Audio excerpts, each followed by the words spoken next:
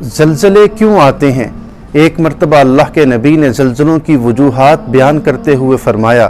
کہ جب لوگ سرکاری خزانے کو ذاتی جاگیر سمجھنے لگ جائیں، جب لوگ زکوٰۃ کو بوجھ سمجھنے لگیں، جب علم دین دنیا کی طلب کے لیے حاصل کیا جائے، جب مرد بیوی کی اطاعت اور ماں کی نافرمانی کرنے لگے،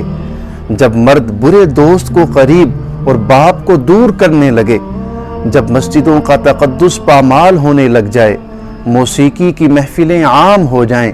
لوگ کھلے عام شراب پئیں، جب امت کے بعد والے لوگ پہلے لوگوں پر لعن طعن کریں، جب لوگوں کے اندر یہ کیفیات پائی جائیں، تب تم انتظار کرنا سرخ آندھیوں کا، طوفان کا،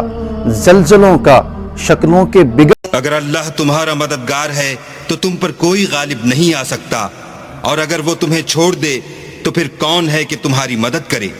اور مومنوں کو چاہیے کہ اللہ ہی پر بھروسہ رکھیں، اور کبھی نہیں ہو سکتا کہ پیغمبر اللہ خیانت کریں، اور خیانت کرنے والوں کو قیامت کے دن خیانت کی ہوئی چیز اللہ کے روبرو لا حاضر کرنی ہوگی،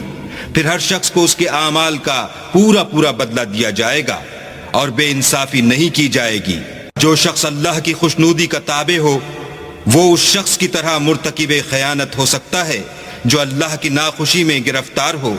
اور جس کا ٹھکانہ دوزخ ہے، اور وہ برا ٹھکانہ ہے۔ ان لوگوں کے اللہ کے ہاں مختلف اور متفاوت درجے ہیں، اور اللہ ان کے سب اعمال کو دیکھ رہا ہے۔